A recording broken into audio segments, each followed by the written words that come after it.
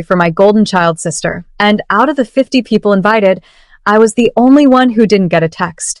When I saw the pictures online, my heart shattered. They claimed it was a mix-up, but we all knew the truth. Still, I took the high road. I sent a stunning gift, wrote a beautiful card, and signed it with love. I thought that was the end of my humiliation. But 3 weeks later, my phone buzzed. It was my sweet, usually quiet grandma. Her voice was trembling, entirely stripped of its usual warmth.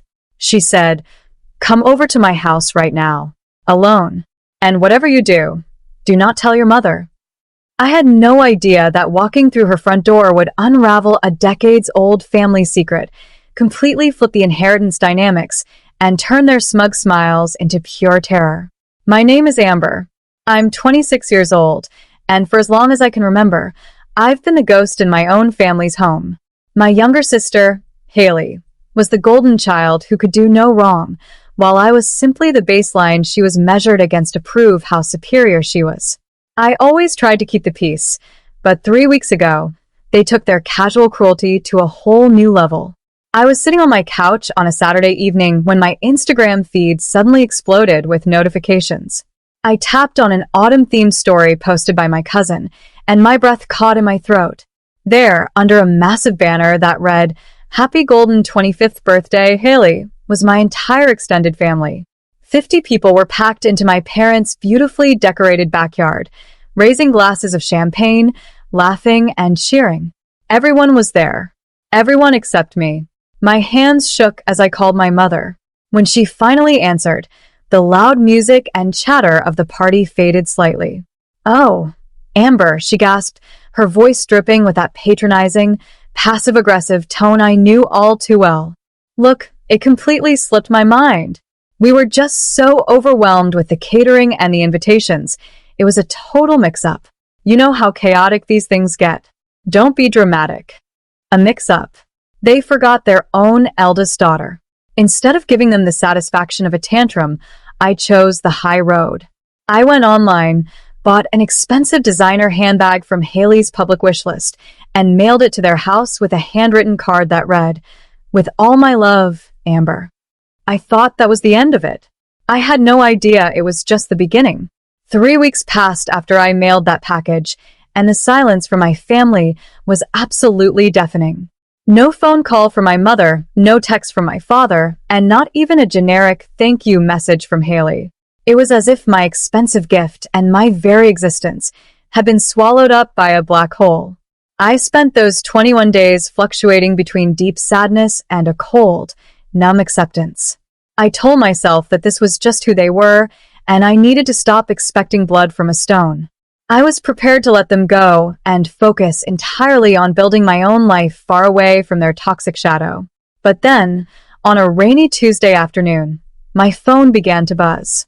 I looked down at the screen, expecting another work notification, but my heart skipped a beat when I saw the caller ID. It was my grandmother. Grandma Clara was the fiercely independent, sharp-witted matriarch of our family, but she rarely called me out of the blue like this. When I pressed answer, the voice on the other end didn't sound like her at all. Her usual warm, energetic tone was completely gone, replaced by a low, trembling whisper that immediately sent a chill straight down my spine. "Amber," she said, skipping any sort of normal greeting. "I need you to come over to my apartment right now. Come alone. And whatever you do, do not tell your mother you are coming here." Before I could even ask her what was wrong, the line went dead.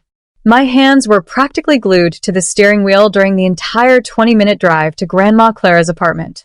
When she opened the door, she looked older than her years, her face set in a grim line that I had never seen before. Without saying a word, she gestured for me to follow her into the kitchen. The apartment was quiet, but the air felt heavy with an unspoken anger. She walked straight over to the kitchen counter, opened a small wooden cabinet, and pulled out a pristine, white envelope. My breath caught in my throat as I recognized my own neat handwriting across the front. It was the gift card and shipping receipt for the designer handbag I had sent to Haley 3 weeks ago. It was completely unopened. "I caught your mother hiding this in the back of her closet when I went over to help her organize last weekend," Grandma Clara said, her voice shaking with pure disgust. She told Haley that you completely ignored her milestone birthday because you were too selfish to care. She was using your absence to drive a permanent wedge between you two. I felt a physical wave of nausea wash over me as the sheer cruelty of my own mother's actions sank in. But Grandma wasn't finished. She leaned over the counter, her eyes flashing with a sudden, fierce determination. This pattern of exclusion and manipulation stops today, Amber. They are trying to erase you because they want me to sign over the entire family estate to Haley. Grandma Clara walked into her living room and returned with a thick, worn manila folder, setting it down heavily on the kitchen table right in front of me.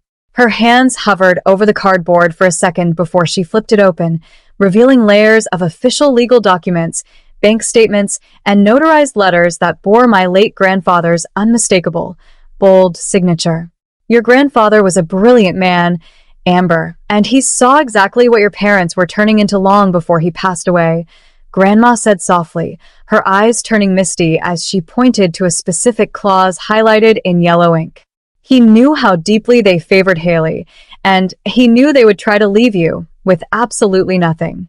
That is why he set up a massive, protected trust fund and a property distribution plan that left the bulk of his commercial real estate assets directly to you. I stared at the pages, my eyes tracking the legal terms as my heart pounded against my ribs. I had spent years thinking my grandfather had simply forgotten about me in his final days, but the dates on these papers proved otherwise. He had signed them just weeks before his death. Your parents intercepted the original copies from the family lawyer's office after the funeral, Grandma continued, her voice hardening with an undercurrent of intense betrayal.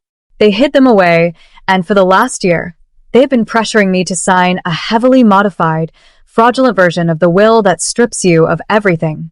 They think I'm too weak and too blind to see through their greed. Grandma Clara slowly closed the manila folder, her fingers tapping against the worn cardboard with a rhythm that felt almost like a countdown. She looked at me with an expression that was completely free of fear, replaced instead by the sharp, tactical mind that had kept our family business running for decades. They think they are so clever, she whispered, a cold smile playing on her lips. But they have underestimated both of us. And this Sunday, their little game comes to a crashing end. She leaned closer, detailing the trap that my parents had unwittingly walked into. My mother, father, and Haley had organized a grand Sunday dinner at Grandma's house under the guise of a peaceful family gathering. In reality, their family lawyer had already drafted the fraudulent paperwork, and they were planning to use the relaxed atmosphere to finally pressure Grandma into signing away my birthright forever. They had no idea that Grandma had already discovered their deception, and they certainly didn't know that I was sitting in her kitchen right now, looking at the evidence of their betrayal. I want you to act completely normal on Friday and Saturday, Amber, Grandma instructed, her voice steady and commanding. Do not answer their texts, but do not block them either. Let them believe you are at home, miserable and isolated from Haley's ongoing birthday celebrations. Then, on Sunday evening, I want you to drive over here. Do not knock and do not make a sound. Wait outside the dining room window until you see their lawyer place the inheritance documents on the table. That is your cue. You're going to walk through that front door unannounced, and we are going to show them exactly what happens when you try to erase family. Sunday evening arrived, and the atmosphere inside Grandma Clara's house was thick with anticipation. Peering through the dining room window, I watched my mother, father, and Haley sitting around the long mahogany table, their faces glowing with smug satisfaction. Their family lawyer, a slick man in a tailored gray suit, opened a leather briefcase and smoothly slid a stack of inheritance documents directly toward my grandmother. He handed her a gold pen, nodding encouragingly. This was the exact moment we had planned for. I turned the brass doorknob, stepped into the house, and walked straight into the dining room without making a sound. The transition in the room was instantaneous. My mother's smile vanished, her eyes widening in immediate fury as she slammed her wine glass onto the table. Amber, what on earth are you doing here? She hissed, standing up to block me. This is a private family matter. You weren't invited, and you need to leave right now. Haley smirked, leaning back in her chair, as if enjoying my public humiliation. But Grandma Clara didn't blink. She ignored my mother completely, picked up the gold pen, and signed the papers with a fierce, unwavering hand. She slid the document back across the table to the family lawyer. The smug smiles on my parents' faces lasted for about 3 seconds, until the lawyer adjusted his glasses and looked down at the signature page. I watched the color drain from his face as he turned completely pale, his hands visibly shaking. "What is it?" my father demanded, sensing the sudden shift. The lawyer looked up, his voice cracking. She didn't sign the property transfer. This is a legal affidavit initiating a criminal estate fraud investigation against you both. And she just placed 100% of the family assets into a protected trust, managed solely by Amber. The silence that followed was absolute, broken only by the sound of the fraudulent paperwork fluttering as the lawyer dropped it onto the mahogany table. My mother collapsed back into her chair, her jaw slack with disbelief, while my father stared at me as if seeing a total stranger. Haley began to cry, realizing her golden child status couldn't save her from financial reality. Within months, the legal affidavit Grandma signed triggered a massive investigation that exposed my parents' systematic fraud, leaving them facing severe legal consequences and financial ruin. Haley was left with nothing, forced to finally face the real world without a silver spoon.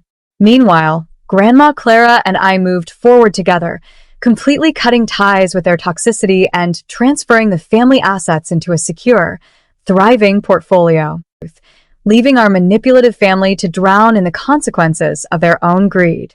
What would you do if your family openly favored your sibling?